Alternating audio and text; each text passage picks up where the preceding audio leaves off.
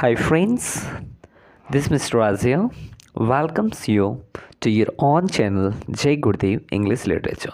Friends, uh, today I'm here to talk about the another age of British history of English literature in the series of British history of English literature. As we have just covered a few lectures before it, and today we are just going to talk about Commonwealth period, that is called Interregnum, Civil War and Interregnum. So Civil War and Interregnum, if we talk about this period, that was from 1649 to 1660. So before talking about it, इस as की बात करने के पहले हमें पिछले कुछ moments, कुछ पॉइंट्स पे खास ध्यान रखनी है, विच आई हैव टोल्ड यू, जो कि मैंने आपको पिछले वीडियोस में भी बताया था, that before Commonwealth period that was Caroline age चल रही थी, and that was from 1625 to 1649. और हमें अच्छे से पता है that Caroline age in Charles I was ruling England, Scotland, Ireland from 1625 to 1649. 1625 से लेके 1649 तक वे इंग्लैंड पे रूल कर रहे थे. एंड मैं आज आपको कुछ स्पेसिफिक कुछ उनकी फैक्ट बताना चाहता हूँ चार्ल्स फर्स्ट की. Charles first used to believe in the divine rights की बात क्या करता था वो, कि दिस इज़ आवर राइट्स, ये हमारी अधिकार है. जो भी मोनार्की होती, जो राजा के बेटा होता है, वो भगवान के भेजे हुए होते हैं, और वो जो आदेश देते हैं वो सुप्रीम आदेश होती है. ना ही उनकी आदेश को कोई काट सकता है और न ही कोई अवहेलना कर सकता है. ओके, तो लाइक दिस वो बहुत ही लोगों की नज़र में बुरा होते गया. And finally I told you also that finally in 1649 he was beheaded. तो just have a discussion that why he was beheaded, वो बी हेडेड क्यों हुआ था. तो actually clash was going on, clash between parliamentaries and king Charles first. And just because of that, English Civil War took place there in England. And जो पार्लियामेंट्रियंस थे, वो पार्लियामेंट्रियंस को round heads के नाम से जाना जाता है. Roundheads, okay, this is known as Roundheads. And king Charles are known as cavalier. यहाँ पे मैंने मेंशन कर दिया है that parliamentarians they were known as roundheads, and King Charles उनके सपोर्टर्स जो थे वे कैवेलियर्स के नाम से जाने जाते थे. And between this two there was a clash, इन दोनों के बीच क्लास चलती थी. तो व्हाट हैपेंस, क्लास चलती थी, फाइटिंग होती थी. तो during earlier civil war king Charles was victorious. अब यहाँ पे क्या होता था कि जब स्टार्टिंग में लड़ाई चल रही थी, फाइटिंग हो रही थी पार्लियामेंट्रियंस के बीच, चार्ल्स फर्स्ट के बीच, तो चार्ल्स फर्स्ट जो था, सिविल वार जो चल रहा था, तो उसमें सिविल वार में क्या था कि चार्ल्स फर्स्ट मजबूती से लड़ाई लड़ रहा था और वो विक्ट्री को हासिल कर रहा था, जीत हासिल कर रहा था. देन व्हाट हैपेन, अब क्या होता है कि there was new model army was formed under leadership of Cromwell. Oliver Cromwell के गाइडलाइंस में, उसके लीडरशिप में एक आर्मी तैनात की जाती है, that is called new model army. और तब न्यू मॉडल आर्मी के साथ किंग चार्ल्स फर्स्ट की युद्ध होती है.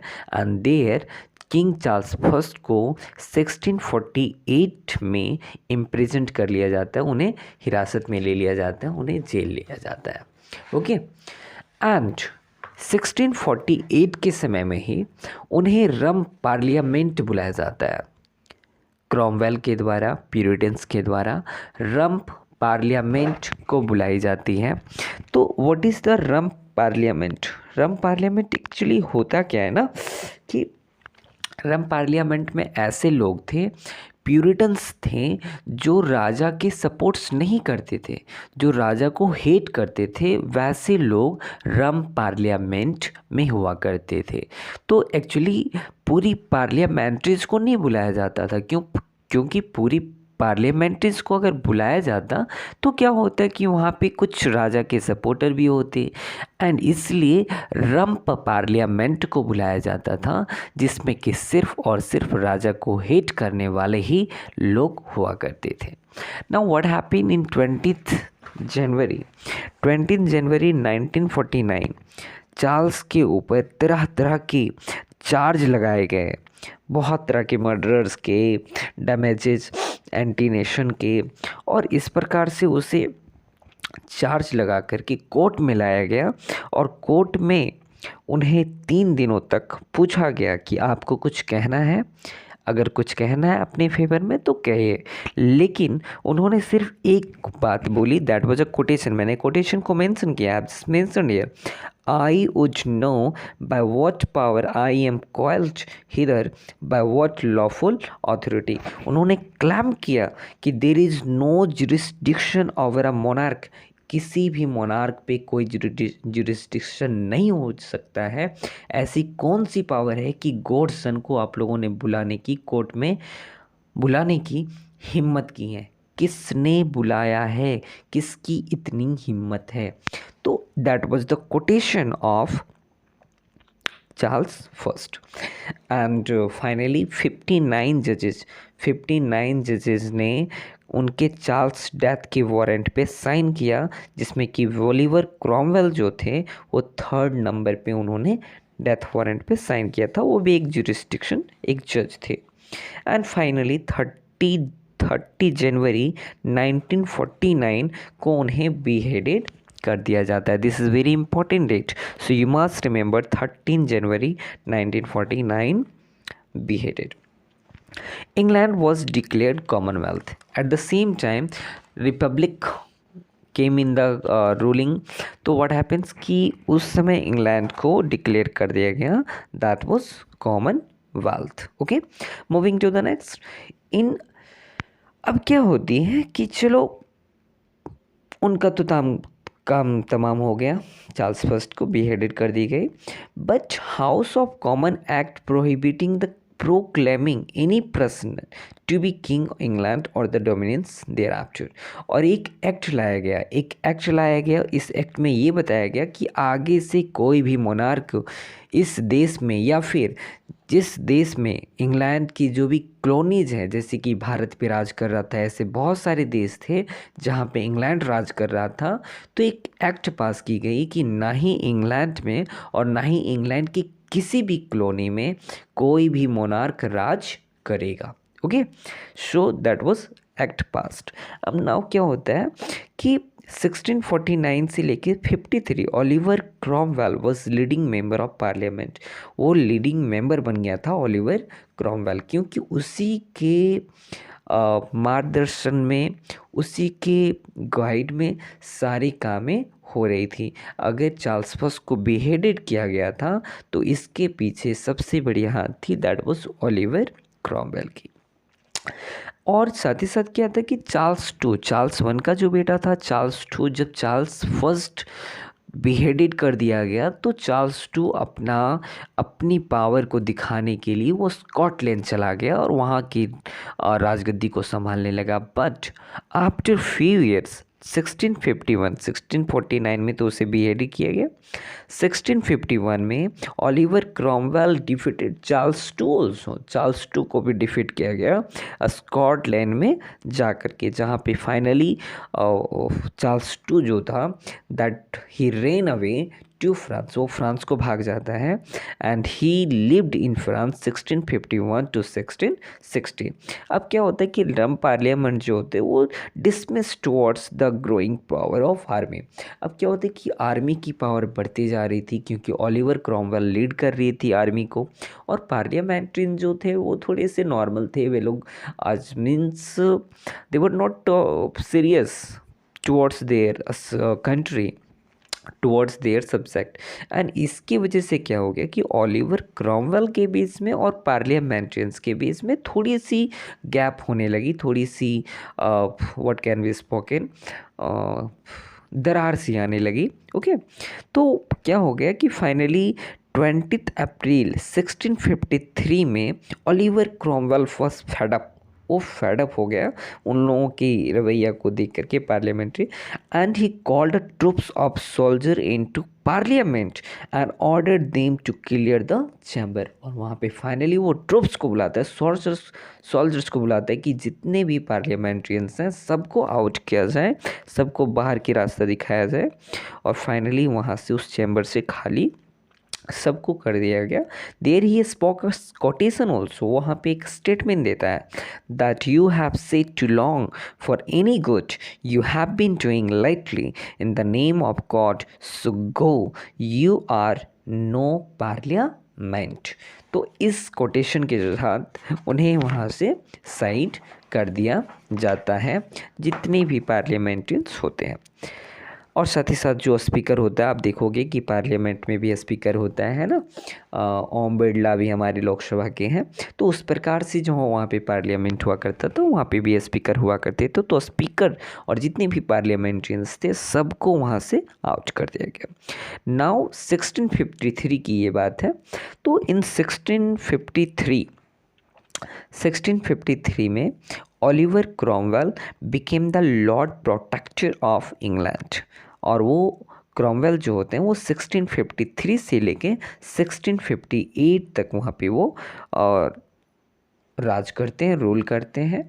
ही was called a lord protector, उन्हें लॉर्ड प्रोटेक्टर तो कहा जाता था, but he was behaving so rude, so what can be spoken, strict and just like a Hitler. वो बिल्कुल हिटलर जैसे ही चार्ल्स फर्स्ट अपने आप को बिहेव कर रहे थे, बिल्कुल वैसा ही इनके अंदर कुछ आया हुआ था। आई हैव टोल्ड यू, मैंने कि जैसे बताया था पिछले वीडियोस में भी, that in 1642 all the theatres were ban, सारे थिएटर्स बंद कर दिए गए थे। And there was so much means you know what strictness in the society, in the country, and just like that। अगर हम सोशल लाइफ की बात करें, उस टाइम की सोशल लाइफ की बात करें, तो that was 1642 theatre was banned. उसके बाद no play, no work on Sunday, only prayers, सिर्फ और सिर्फ prayers. Attending church was mandatory, Sunday को हर किसी को चर्च जाना है, मतलब जाना है, mandatory, no choice.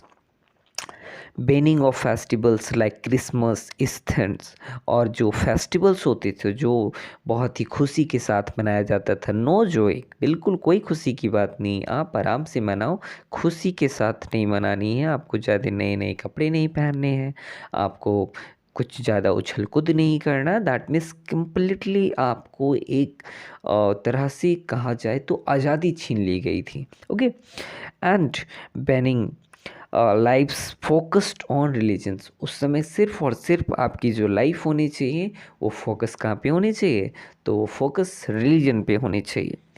No gambling, no drinking, theatre banned, makeup, too colourful dress were band.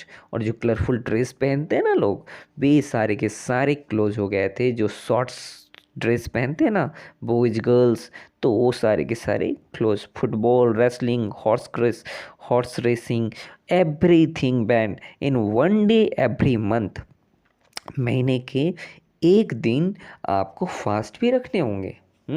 You can understand कितना अच्छा इंसान था। Wow, he was behaving like a Hitler, वो हिटलर के जैसे बिहेव कर रहा था। एंड यू कैन अंडरस्टैंड कि वो बिल्कुल हर किसी का आज़ादी को छीन चुका था। People were bored, people completely fed up हो चुके थे। They use to think my god ये क्या हो गया, इससे तो अच्छा कहीं चार्ल्स फर्स्ट था। People used to think like that, और people had started somewhere hating, कहीं ना कहीं लोग उन्हें हेट करना शुरू कर जाते हैं। बिकॉज आप समझ सकते हो अगर किसी की आप आज़ादी छीन रहे हो तो फिर उसके मन में क्या चल रहा होगा आपके लिए। बट फाइनली कि वहाँ के निवासी, वहाँ के नागरिक कुछ करते इन सितंबर 1658 वो खुद चल बसे। ओलिवर क्रॉमवेल वो खुद 1658 में निकल पड़े, चल बसे। ओके, एंड 1660 में Charles two got back to throne, और फाइनली रेस्टोरेशन होती है। चार्ल्स सेकंड को बुलाया जाता है और चार्ल्स सेकंड फिर वहाँ पे आके अपने थ्रोन को संभालते हैं। चार्ल्स सेकंड जो ही आते हैं, सबसे पहले 13 जनवरी 1661, ठीक 1649 की बात है, 30 जनवरी जब उसके पापा जी को बिहेडेड किया गया था, उसी तारीख 30 जनवरी 1661, सिर्फ ईयर बदल गई। 1649 में उसे किया गया, 1661 में ओलिवर क्रॉमवेल की बॉडी को निकाली जाती है। ओलिवर क्रॉमवेल बॉडी जो होती है वो वेस्ट एमिनिस्टर में दफनाई जाती है, बट वहाँ से निकलवा करके उसे 20 फीट स्पाइक आयरन की रोड होती है उसमें लटका दिया जाता है उसके सर को।